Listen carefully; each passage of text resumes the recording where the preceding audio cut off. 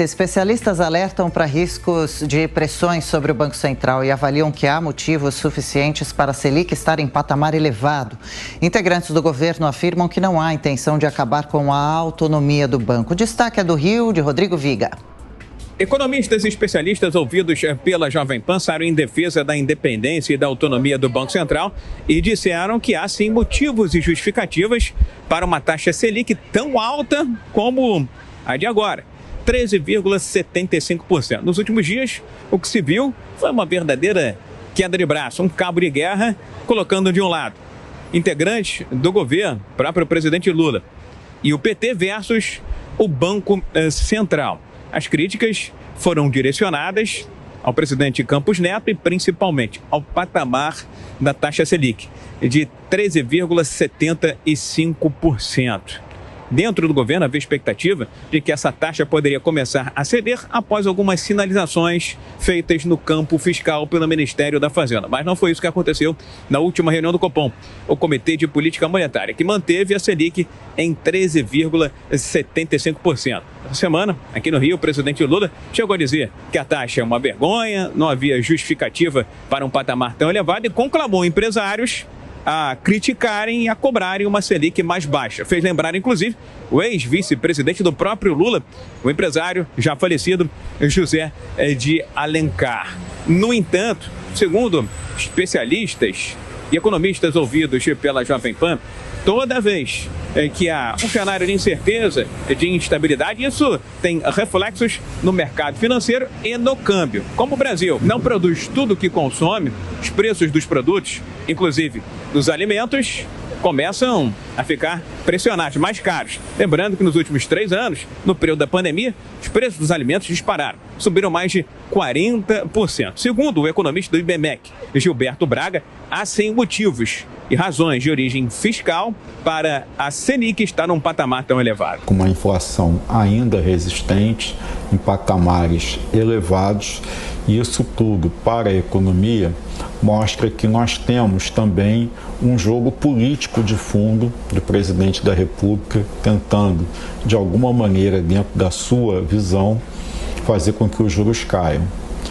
Acho que ninguém no Brasil, nenhum economista, nenhum especialista quer que os juros permaneçam altos.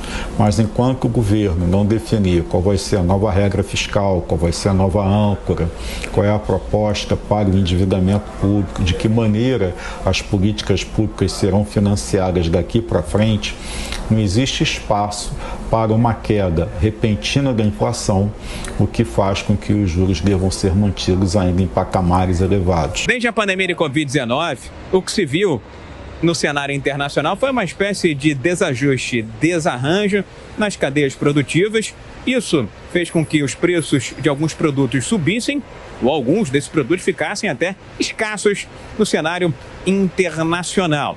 Como eu disse, os preços dos alimentos aqui no país, ao longo dos últimos 3 anos, subiram mais de 40%. Quem vai a uma venda, a um mercado ou a um supermercado, percebe que os preços dos produtos básicos estão mais caros, estão mais elevados. E aí precisa fazer uma escolha entre esse ou aquele produto. É o chamado consumo alternativo de produtos. O também economista da Fundação Getúlio Vargas, André Braz, lembra e destaca aqui na Jovem Pan que o aumento da taxa básica de juros é um fenômeno global que está sendo visto na esteira da pandemia de Covid-19 e que o Banco Central do Brasil não está fazendo nada de diferente de outras nações. Só que aqui nós temos problemas conjunturais e estruturais que fazem há muito tempo que a taxa Selic seja das mais elevadas do planeta. Então, as principais autoridades monetárias no mundo adotam a mesma ferramenta. É claro que o Brasil tem vários problemas, alguns de ordem estrutural, conjuntural, mas a taxa de juros aqui também funciona como um potente instrumento para conter o avanço da inflação. É claro que, como todo remédio, a taxa básica de juros também tem seus efeitos colaterais. Ela impede o crescimento, ela impede a geração de emprego e renda, principalmente para os brasileiros menos favorecidos. Mas isso é algo transitório, não é duradouro. E é claro que manter uma inflação mais alta alta também acaba penalizando os mais pobres. Então, todos os benefícios sociais concedidos às famílias menos favorecidas acaba parcialmente sendo corroído, né, pela inflação, se ela continua nesse patamar em que se encontra, muito distante da meta de inflação. Integrantes do governo e políticos disseram nesta quarta-feira que não há qualquer intenção do atual governo em acabar com a independência ou com a autonomia do Banco Central, um ganho institucional alcançado no governo anterior do ex-presidente da República, Jair Messias Bolsonaro, embora haja um pedido de um partido político, o PSOL, para que o BC não seja mais independente ou autônomo. Isso acontecia nos primeiros mandatos do atual presidente Luiz Inácio Lula da Silva. O que estaria em discussão, segundo os bastidores de Brasília, seria um ajuste, um aperfeiçoamento nos critérios para indicações de futuros dirigentes do Banco Central do Brasil. Do Rio, Rodrigo Viega. Diogo Schelp, esse assunto virou uma bola de neve. A princípio é preciso manter o Banco Central autônomo, até mesmo para evitar medidas politizadas. É preciso sim, Adriana.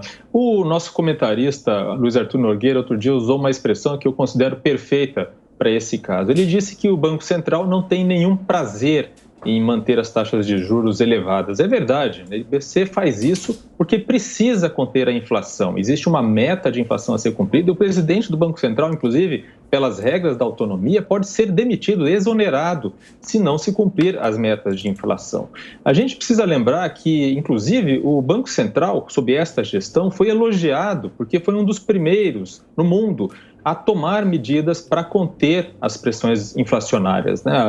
As taxas de juros estavam muito baixas até meados de 2021, então começaram a ser elevadas pouco a pouco, e quando se eleva a taxa de juros, o efeito disso para conter a inflação leva um tempo, 6 meses mais ou menos. Então começou-se a tomar essa atitude cedo e graças a isso conseguiu-se evitar que o Brasil, no ano passado, tivesse uma inflação muito alta, como, por exemplo, tem vivido a Argentina e outros países. Então, em primeiro lugar, é preciso lembrar que essa atitude, o trabalho do BC, foi elogiado por conta disso. Agora, a taxa está estável e o próprio BC, na ata do Copom, né, foi alertado que essas falas, digamos assim, está ali subentendido na ata do Copom, que essas críticas à taxa de juros acabam elevando as previsões de inflação e dificultam ainda mais o trabalho do BC de, em algum momento, começar a reduzir as taxas de juros.